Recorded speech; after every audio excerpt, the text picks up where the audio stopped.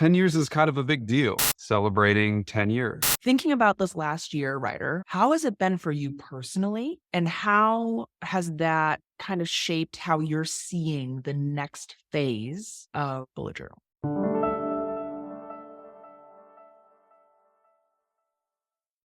Hey, everybody. Welcome to a special edition of Office Hours. Today, I think you all know, is 10 years of Bullet Journal. And so we're going to talk a little bit about what's been going on with this year and have an opportunity to answer questions and talk with you, whatever you want to share. We have the chat that you can ask questions in. You can raise your hand to share comments and ask your own questions. But we have a couple of things just to get the ball rolling. Ryder, how are you doing? What do you think? 10 years. It's incredible. It's very surreal, to be honest. I mean, I've been doing this for a decade, and to actually arrive at a decade it's here. I was thinking 2 years ago, I'm like, wow, will it be 10 years? Will it be 10 years? I can't believe it. And all of a sudden, here we are, just before because you have to think about it this way, right? I wrote the book in 2017, 2018, and toured it for most of 2018 into 2019. And then it was like the pandemic, and here we are 10 years. So it was just kind of teleported me to 10 years somehow. I skipped like 3 years of that. Honestly, relatable. I'm wearing my lightning bolt earrings today in celebration. These are not official merch. I just really liked them and thought I could rep the company. But when you think about this last year, what has it been like for the company this last year? If you can think about and isolate since August of 2022 till today, August of 2023. No, I think the most exciting thing for me, at least, is that like for the longest time, I was doing this pretty much with just Chandra, who some of you may know. She's our customer success person, but it's just been like the two of us for 8 years, essentially. And in January of this year was the first time we had a team retreat. So it really shifts like the entire thing for me. And personally, Chandra lives somewhere completely differently. So the entire team is distributed. So for the most part, it's been me sitting in a living room doing most of this all the time. So that will only get you so far. To be quite honest, over the years, that just started becoming old because your entire interaction is just emails and maybe chat once in a while. And I missed having people around and being able to say, hey, is this a good idea? Right. And it's like, no, that's not a good idea. Okay. I'm glad that I had somebody to ask and like check that idea and how could we do it better? How can we better serve the community? And, and so forth and so on. And it just reinvigorated me. So this year feels like it's a whole new chapter for the company. It actually has gone from being a business to being an actual company. A company is multiple people, right? It's not just 2 people who chat once a week. That's not what it is. So yeah, I would say for me personally, that has been a seismic shift, Yeah. and a really important one and an exciting one. It's a remarkable honor to be surrounded by people who believe in what you're doing. And I don't take that lightly. Mm. Yeah. What about some of the things that this team has been able to do this year? Oh my God. Everything, mostly. I mean, you're running Bujo U, which was the original reason we brought her on. But yeah, it's everybody wears every hat in the company, right? We have social media manager doing videos, writing to these people, doing logistics. Like everybody has to know about everything because the company is so small. So at this point, it's really hard to separate where like nobody really works by themselves anymore. It's all a group effort because it needs to be. And I feel like we're just able to do so much more. Like I wouldn't be able to do Bujo U and the course and the product development and the logistics and all these things. I don't want to, and I couldn't, so everything that you see has been touched by the team in some way or another, Things such as the website that Ryder has worked on for many months. That you can definitely check out now that, it's up. We've released new products in the last year. Yeah. Should we get into that? Ooh. Yes. I was going to ask you about that later, but because today's 10 years, we were hoping to have 2 notebooks launch today. We'll skip the boring logistic stuff, but they will be here not today, but soon. We want to share with you what these products are. Ryder, would you like to tell them about the new color first? Yeah. So as you may remember, over a year ago, we asked everyone here, or at least if you have been here with us for over a year, what color you would like. And that has been an ongoing process. And due to boring logistics stuff, which we'll sidebar, it took a little bit longer than expected, but here it finally is. Green 23. And they are going to be available for purchase in the next 2 weeks worldwide. So this is Green 23. It's finally here. That color is actually much more accurate than it was when you're trying to take photos of it. Yeah. The green with the brass looks really quite beautiful. The warm tones of the metal really, let's see. Do the YouTube product thing. You probably wouldn't be a very good beauty influencer. I would. Don't kill my dreams. Okay, but you still have an opportunity to do a get ready with me. I think that would be a fun. Yeah, so the color scheme goes all the way through, like with the blue 22 and the blush. So here it joins the rest of the family of colors. Look at that. Yeah. So Green 23 should have been available today. Will be available in the next 2 weeks. So be sure to stay tuned. And yeah, it'll cost as much as the other edition 2s. And we've already put in the votes, if you recall, a couple weeks ago maybe it was July, for next year's color. So it'll be one of those shades of yellow. We hopefully are getting ahead enough on that timeline, but that's next year. This year, we're celebrating the green. We will have that available in, I think, all the stores by then. Yeah. Yeah, all of them. The other ones are still available until they run out. And then what's the other celebratory notebook that we have this year, Ryder? Yeah. So 10 years is kind of a big deal. 70% of startups don't make it this far. So we wanted to create a product that's specifically celebrating 10 years. So we created the edition X, if you will, a 10-year edition of the official bullet journal notebook.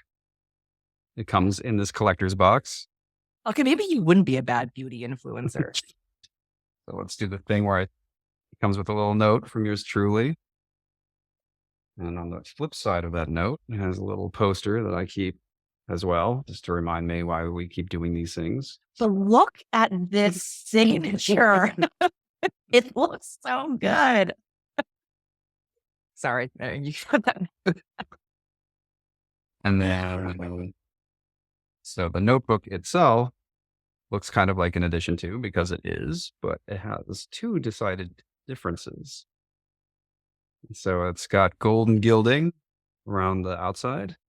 Looks quite lovely. And then that gold foil goes throughout as well. So everything that's usually copper/brass is now gold. So yeah, that's the edition 2, edition X. Lots of editions, but that will also be available in the next 2 weeks. They're part of the same shipment. And these are very limited. So I highly recommend keeping an eye out. So when these go up, you can get yours if you're interested. But yes, edition X, Green 23 are about to be here. Yes. And that will be about the same pricing as the artist edition, which is $35, something like that, US. Yes. Um, if you are on the newsletter, you will be notified right away when they are in. Mhm. So Yeah. that will be the perk of being there. And then someone was asking about, speaking of artist editions, if I guess people are wanting to know like what's upcoming even beyond this In terms of in products.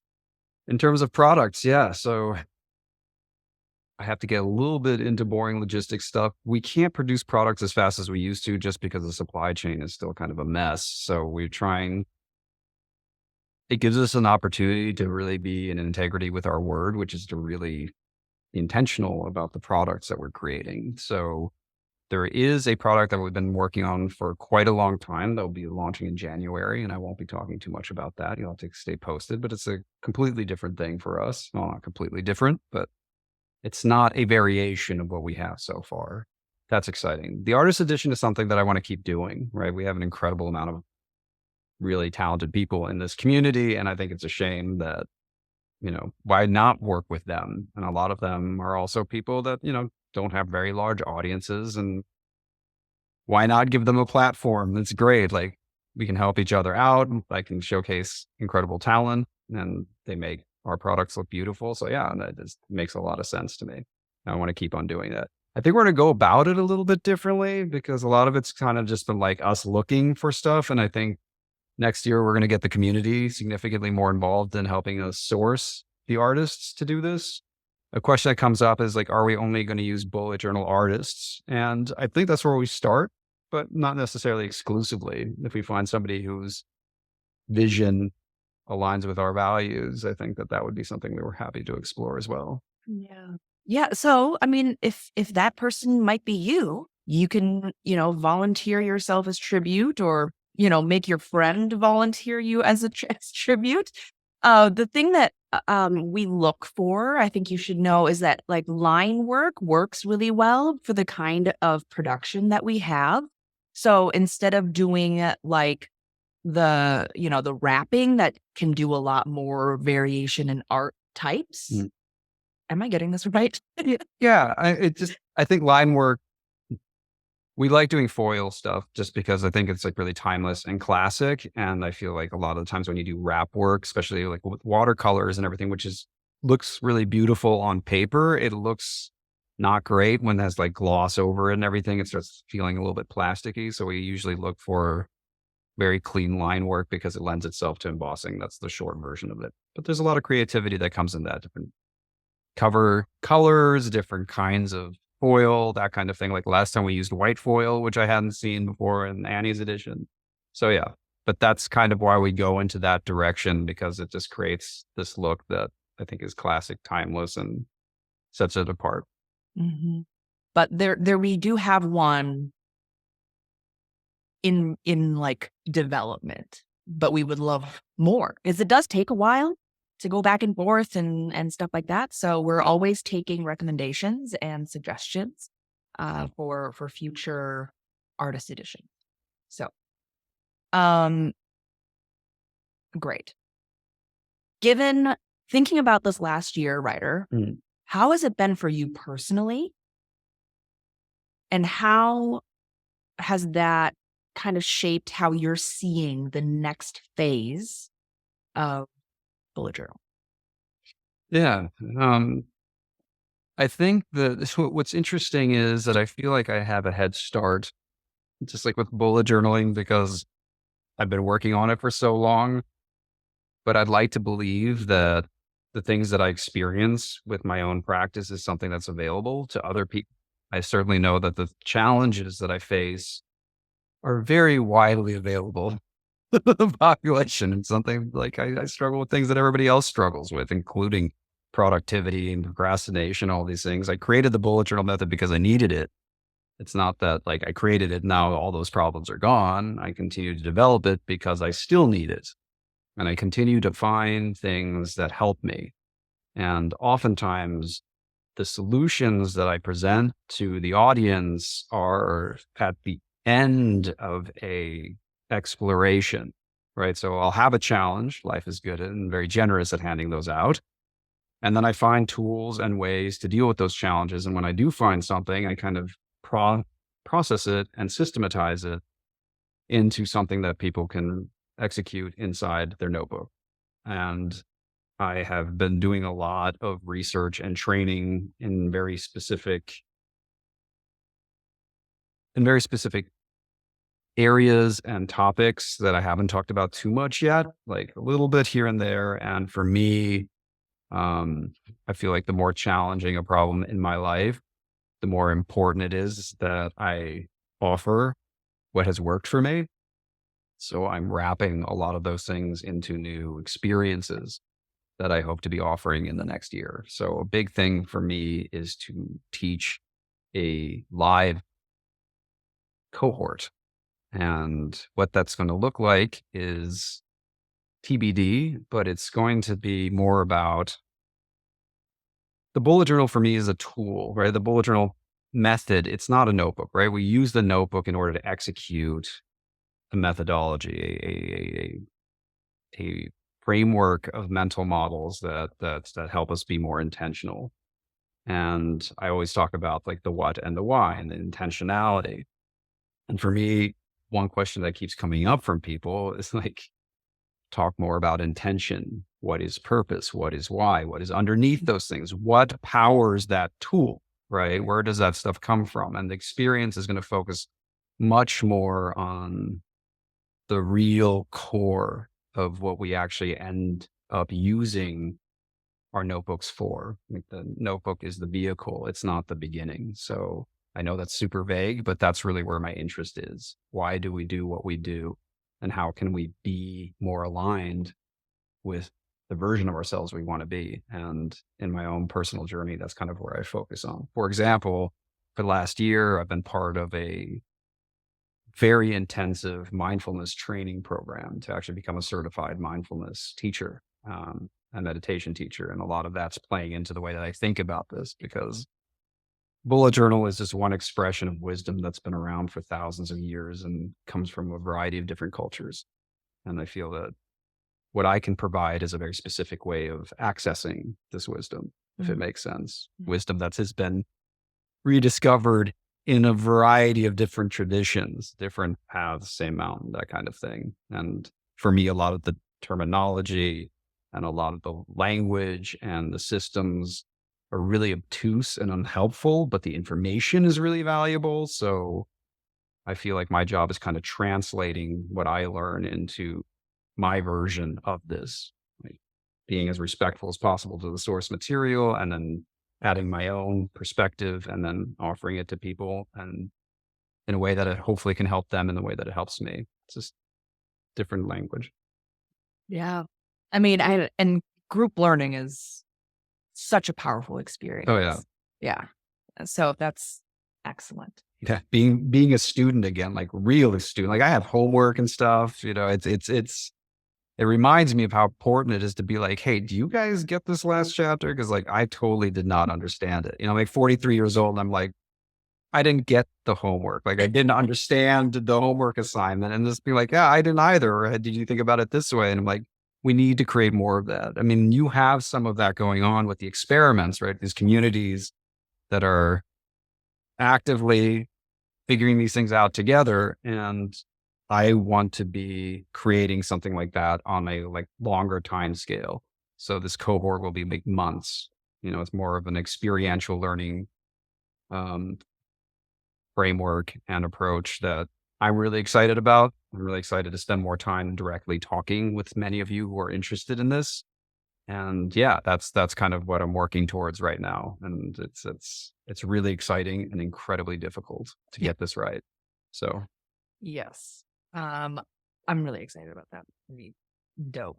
There's also, I think, something that I've learned about Ryder and working with him is that he's incredibly humble and just does stuff because he cares about it, but doesn't talk a lot about it. So I'm going to talk about it. What you might not know, in this last year, in over many years, one of Ryder's priorities has been to not just like make a ton of money, but also to like use that money as a way to create positive change. And so a couple of the things that Ryder has chosen to do with that is dedicate 10% of the profits from Bujo to go to charities and efforts that will make a difference in people's lives all over the world. Commitment to sustainability in a lot of different ways, like all of the deliveries are neutral, carbon neutral. I don't know if you knew that, but for years that's been the case. There's also been this paper that you use in the Edition 2 notebook was specially formulated just for the Edition 2, and they sourced that paper from it's sustainable forests, right? So that goes into the paper as well. So he doesn't talk about it. And I'm like, Ryder, you have to share more about this. But these are just like some of the things that make me personally very, very proud to work for Bullet Journal. I moved over from years in higher ed, where it's a nonprofit education based field. And people ask me all the time, like, how is it like moving out of higher ed and like working for a for-profit institution? And it honestly, with the values that Ryder brings into the work, it makes it very easy to shift from that education and nonprofit space to this one where it's very values driven. Like these are things that he did without like really publicizing, like he's finally putting it on the website. But anyway, I just wanted to share that with you because it is a cool detail for me and is a big part of why I am proud to work for this company. Anything you want to add? Yeah. Well, this is kind of, it's an interesting topic. So for me, like a driving personal philosophy is to do good quietly, right? I always get very concerned about doing something for an audience, for the recognition, because there's the philosophy like doing good doesn't matter. It doesn't matter why you do it as long as you do it. And for me, I don't know, especially like right now we live in a corporate space where everybody's doing the things because they have to. And for me, I wanted to do these things because they mattered. And I really try to live by the philosophy of like, you really are who you are when nobody's looking. Right. And at the same time, however, Jessica has made a good point that maybe we should be talking about it as well, because like this is something that when people buy our products, they're buying into the same group of values. So this is part of my journey as well. I don't talk about things because I feel like that often I worry that it starts to discredit it or that I'll start to do it because I have to or I'm supposed to, as opposed because I think it's meaningful. And I don't have a clear answer there. But this idea, there's actually a Japanese term for this, but it's like you do good in secret, right? That's something that I love that. And when I do that, it just, there's a clarity to the action. And when I do it on the website, it becomes less clear, but I also understand that it's important. So yeah, that's something that I struggle with. I heard something once that I never heard before, because like the whole idea of running a business and turning Bullet Journal into a business was one of the things where it's like, I feel like it's a conflict of interest, right? In some ways, like I wanted to just give this to people. I wanted to give this to people because it helped me. That's it. At the same time, in order for me to help people, in order to fully invest and to serve as powerfully as possible, I have to give more and more and more of my time until finally I was like, okay, I'm getting to a point now where I'm giving so much of my time that I need to make a living from it, or else I can't serve myself Food. Yeah, exactly. Yeah. It's always a challenge to do this kind of thing, but then I learned something or heard something, which I'm still exploring, but it might give you a better understanding of why I actually focus on Bullet Journal being a for-profit company. It's because, as far as I understand it, I'm no, mega entrepreneur or business mogul, but the way that I understand it is like a company can be a force multiplier for the impact that you can create, right? Like the likelihood of you generating significantly more income as a company is much higher than you as an individual. So for me, I see Bullet Journal as a company to be a force multiplier for our ability to create impact. And creating impact in itself is quite a wild subject. What does it mean to do good versus to feel good? What is, that kind of thing. So it's an ongoing exploration, and it's a real core reason why I keep growing Bullet Journal as a business and as a company. But the reason is to continue to be able to use it as a force multiplier. That's why Bullet Journal is business. That's the short version. It allows us to generate more impact as a whole. And what that looks like ongoing, can we do better? Absolutely. Are we a carbon neutral company? Not at all. We still receive shipments. So I want to be really transparent about that. There is a lot of room for growth for sure, but we continue to do our best and learn. And, when people tell us, hey, there's this opportunity or this opportunity to do better, then great. I see we have a very little participant who's very excited about all the business stuff. A young Bujo fan. Oh, thank you for sharing that. I think that is, when I first started working with Ryder, I was like, I mean, yeah, like you sound like you have it all kind of like figured out. And it kind of goes back to there's all like these inner conversations that you're having about, the struggles that are still present and the approaches that you're constantly trying to work on practicing. So it's been nice to hear more about that. Yeah. I mean, I just don't know anybody who's figured it all out. And I think that would make the work boring as well. Like I do this because it helps me make progress, and I feel like that's the only, I am as much of a student of Bujo as I am a teacher of Bujo. And it's amazing how powerful it is to keep reminding yourself that you really don't have it figured out yet in a very compassionate way. Just remain curious and playful about it. It's like, how do you have impact in a way that's actually meaningful? I don't know. But there are people who spend their life doing this thing and like, well, let's talk to those people. Or, hey, I still have really bad experiences in my life, really challenging things. And it's like making a list isn't cutting it. Like, how do I adjust the way that I go about it in a way that can help me get through this or navigate it? And it's like, oh, this did and that did, and a little tool. It's the same kind of motivation. It's just seeing life as a series of experiments to see what brings you closer or what brings you further away from the things that are meaningful and the things that, matter to you. Oh, Grace is chiming in and saying it is practicing in toku, which is doing good secretly for its Thank you. own sake. That's the word. Yeah. Thank you so much for sharing that. Also, interesting fact, I learned that word because it was a company name. Somebody's company is called Intoku. I'm like, what does that mean? I looked up, I was like, I love that very much. That is an interesting, anyway, we'll talk about that later. I'll write it down. What would you tell, somebody's asking, what would you tell your 10-year younger self if you think back to maybe an answer personally and then an answer about this endeavor, the Bujo endeavor? I think it would be the same thing, which is to be kinder to myself. Like I wouldn't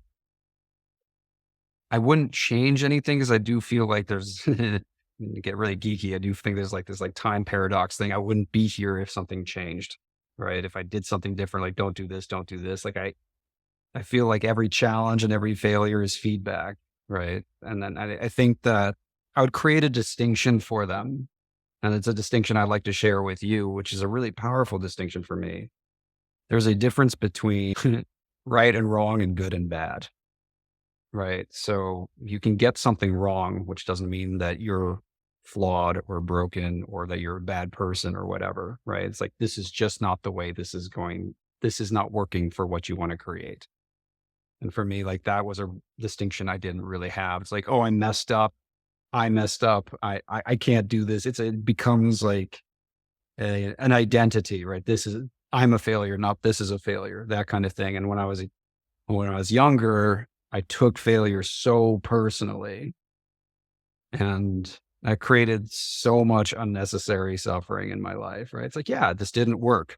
This didn't do what you wanted to do, and do something else, right? So that creating that distinction between right and wrong and good and bad is important. Like wrong isn't inherently evil or bad. It's just not what you want to create. That's it. This is not workable. This is not resourceful. There's so many different terms that I will be introducing more and more of in the community, but a big one is resourceful and resourceless. Mm. So a lot of my thinking around things that didn't work was resourceless. It didn't help me make progress. Yeah. That's super insightful. And like, you over the years experimented with the things that really worked well for you and you figured out ways that got to be flexible with how your brain works and you came up with the bullet journal method. Kathy, who was one of our newer members, wanted to ask a question about so what about people who use pre-structured planners? So like that's something, oh, Kathy is here with us. Like, that, you figured out the system for you and that is the bullet journal method. What about people who use pre-structured planners? And in Kathy's case, it's the happy planner. Um, how do you kind of, have that space in the middle where she says, um, wouldn't these be just as beneficial for people as a traditional bullet journal method? Am I missing something that the traditional bullet journal offers that a planner system does not? What would you like to tell her? I guess it's about finding the right tools that work for you. And ultimately, that's what the bullet journal is. These are the tools that worked for me, and I present them as a starting point for people. Like some people don't use the monthly log, some people don't use the index, which I think which is baffling, but I get that, different tools for different people. I can speak personally about why I don't use pre-structured planners or I don't make any of them, because a big part for me is to recommit to the way that I'm doing something over and over again. I feel like every time I automate something, like for example, if I have a calendar, I'm just going to fill out that calendar or I won't, but I won't think about whether or not the calendar is serving me. When I have a blank page and I have to set up the calendar and it's going to take time, I'm like, is this time well spent? And sometimes the answer is yes. And for me, like, for example, the monthly log, that is something I have to set up every month and I continue to do it. And I've been doing it for years. But till this day, I'm like, is this still serving me? And what you see are the tools that continue to serve me all the time, right? I would say the only one that is, and they still change, right? For the monthly log, it used to be that one page was the calendar, but now it's the timeline. So same layout, different intentions, different function. And the future log has also changed for me, right? And I use the future log as a someday in the future log. I don't plan future things there. So the short answer to this is finding the tools that work for me, for you, for me, whatever. Just using whatever works. Can they be complementary? Absolutely. But the thing that I find to be important is to make sure that those tools are actually helping you move towards the things that matter. Every tool takes time. So you would just want to be using the tools to help you build what you want to create or fix what's broken and not just kind of show up, because then we start getting into that slippery slope of digital apps. Are digital apps more convenient than bullet journaling?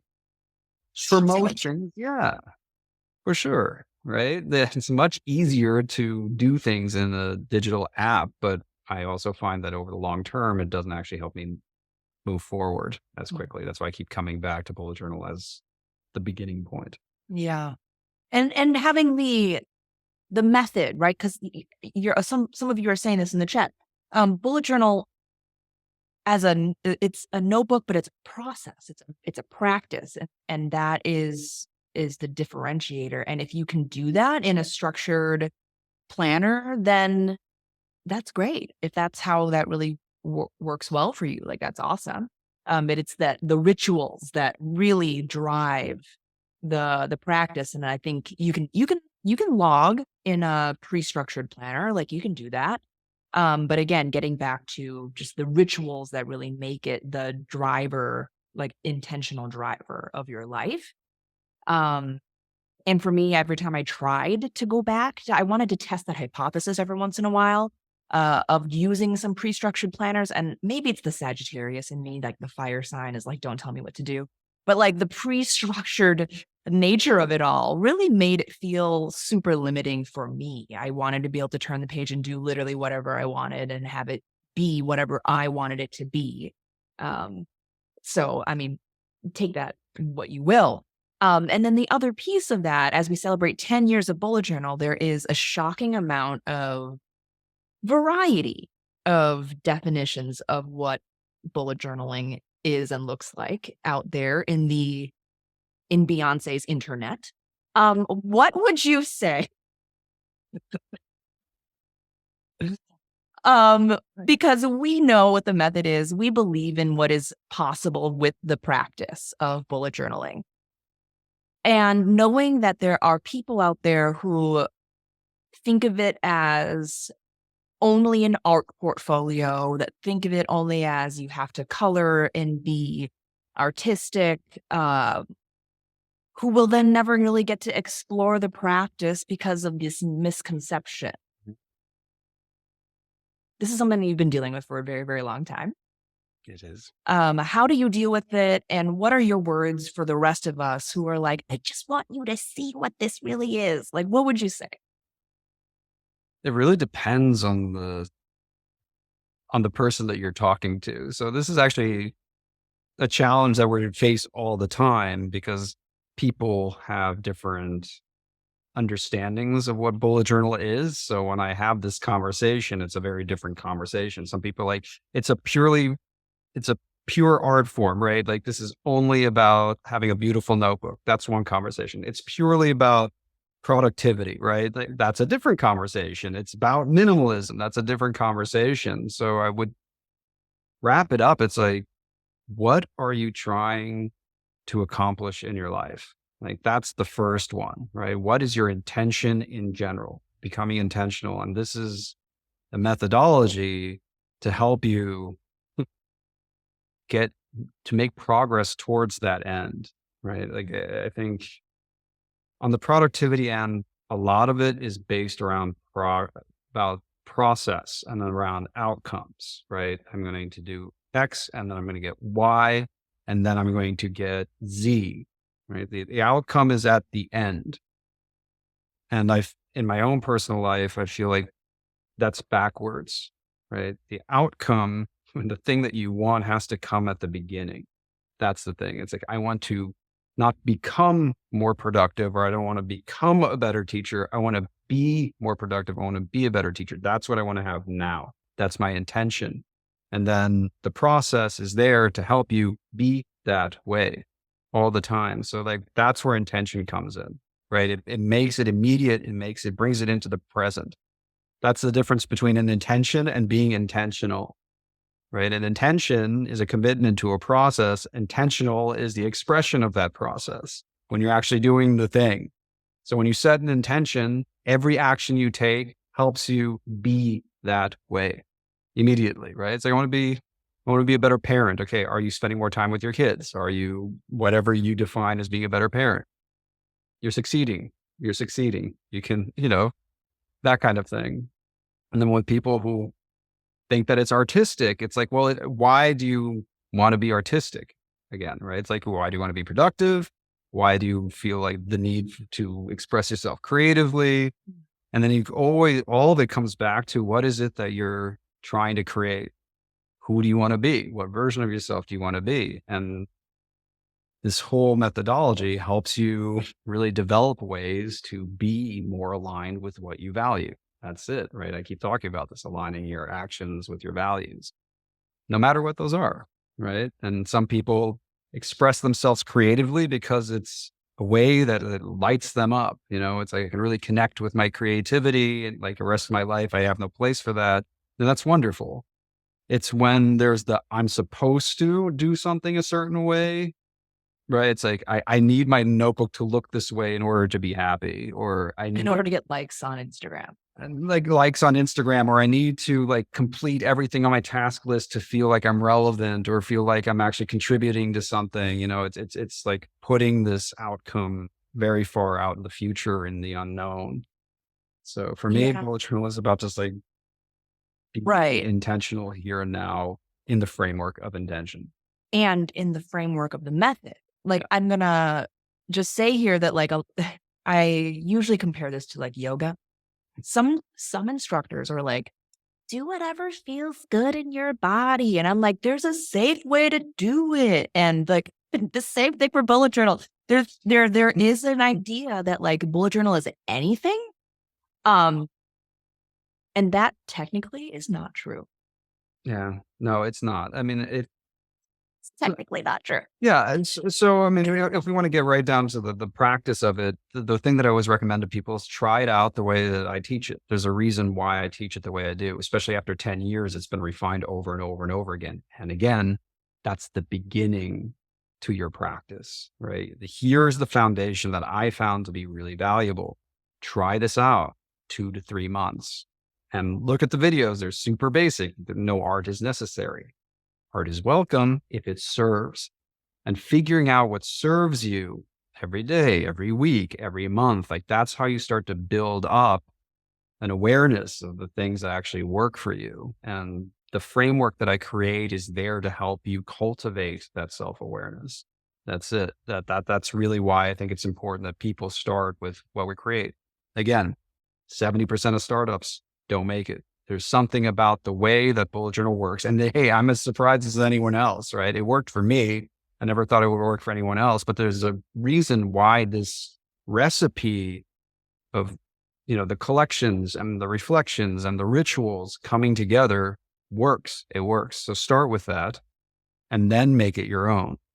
I feel like when you start making your own before having anything, it's like you can buy a car, but if you don't know how to drive it, it's just, Or why you bought it. why you bought it. Yeah, it's that kind of thing. So I recommend, if you're talking to anybody, I would recommend, obviously, and this sounds like a super cheesy sales pitch, send them to the site.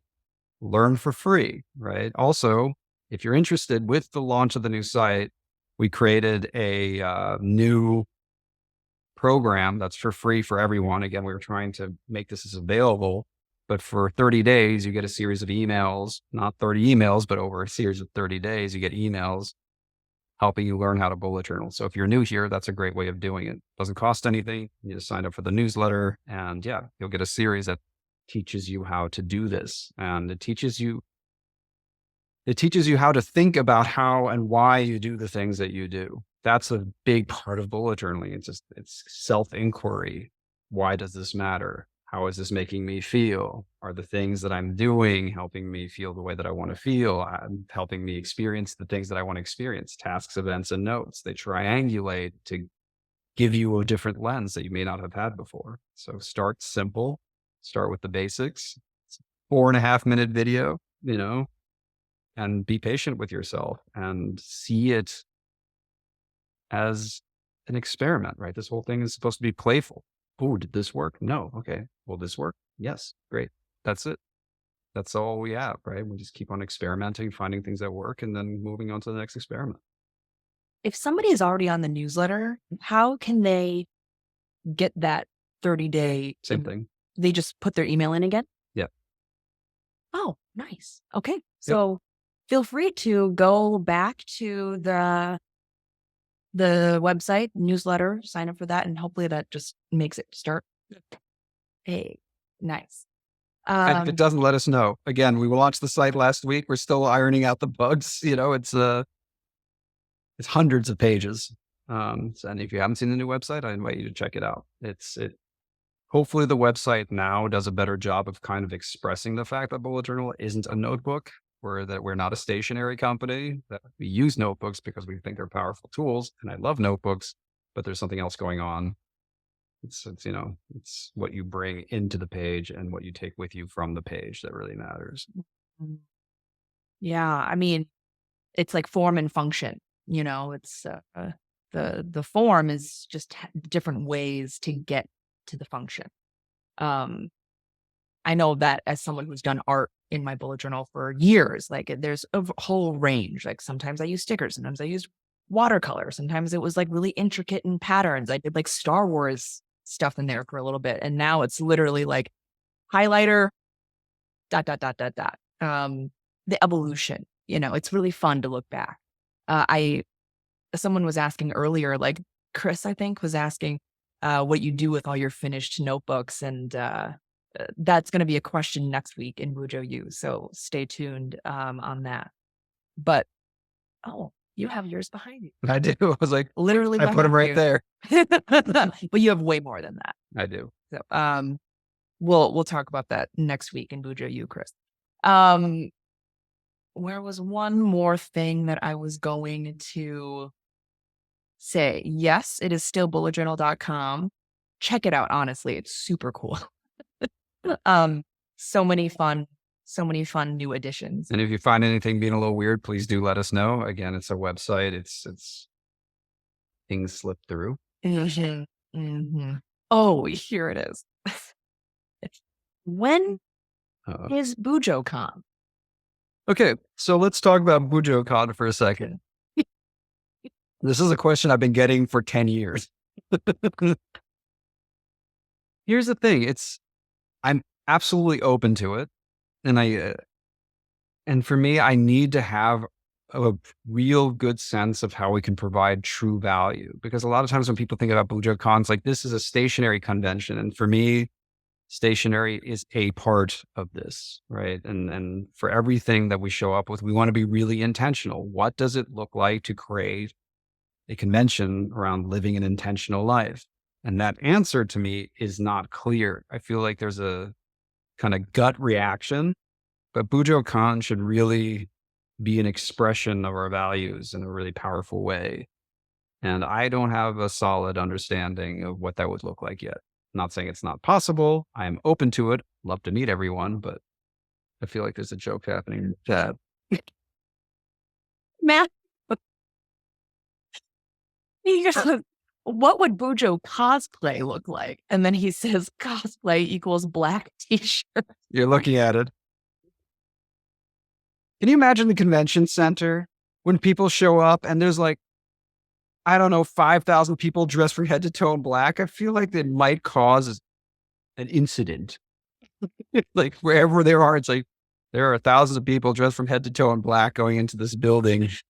And buns, add a layer to the cosplay. Grow, you have time, grow out your hair, put up the bun. Maybe we can create a pencil case or something. Convenient and stylish. Gotta start somewhere. We'll workshop this. Start a collection.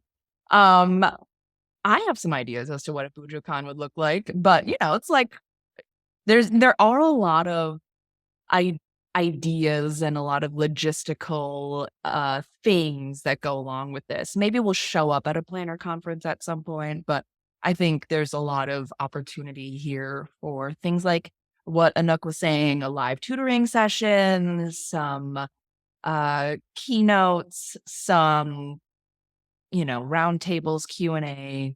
There has to be a stationary element to it, just to who else is going to talk about 0.5 versus 0.7 millimeter pens, just we'll get some ideas going. Speaking of a tutoring session, we do have one in 10 minutes. Yeah. I think if you are interested in learning more about mental inventory and intentions, Pia is going to be doing a tutoring session in 10 minutes. She's awesome. Highly recommend you check that out. If you don't know, we're doing tutoring sessions throughout the next couple of weeks, covering different topics from the Basics and Beyond course. So if you are a current student of that and you're wondering about other additional elaborations and explanations and examples, this is a great way for you to dig in and get a different take on some familiar ideas. 0.38 is, of course, the correct answer for pen tips. Okay. The giveaways this week have been awesome. The winners have been being drawn behind the scenes, so we are not announcing any of them here right now. If you did win, you check your email. That's where all those announcements have been going. And then anything else that you want to say last but not least, Ryder? Yeah. Thank you. Honestly, thank you. I can't believe I get to do this. This is amazing. It's incredibly hard work, but it's fun. It's fun and it's really rewarding. And I get to do this because of you. And I say that truly, like this isn't some default answer. Like if you look at our revenue models, like we don't do ads. We don't do algorithms. Like, we survive by creating things that you actually find valuable, right? That's it. That's it. There's nothing else. So everyone who's here is helping us do this. So thank you. I really mean that. I really appreciate it. I wouldn't really have it any other way. So And here's thanks to you, I get to work here. So that's also true. yes, we're so lucky that people like we just love this dialogue back and forth about what it is that we can do to serve the community. And so we're always taking those kinds of suggestions and ideas. So please keep that conversation going with us. We'll start a thread for Bujo Khan ideas. That's what I'm going to post in a couple weeks. Rob, do you have something that you'd like to share? I kind of like to always just thank you at the end of these things because it's pretty amazing. And I only kind of beseech you, for lack of a better word, to not to think about yourself as an individual who's trying to add value and kind of do work, but like that way you were talking about building a company and building a leader, because it's like, I like giving you guys money. Um, and I don't do it because I started because I was like, oh, I like giving you guys money because I get value. I get a lot of value of what I give you. But then I realized that I also like giving you guys money because you're building this movement. I'm funding the kind of next generation of Bujo. And I think the more you kind of explain that to people, the more powerful the kind of movement the movement becomes. You're leading this wonderful movement, which is so much more than just a company. Wow. Thank you. I really appreciate that. I will take that And I to heart. think everybody else on the call kind of seems to feel, I think, the same way. Thank you. Thank you for everybody for being here, for being part of this community. We'll be around and cheers to 10 years. Thank you, everyone.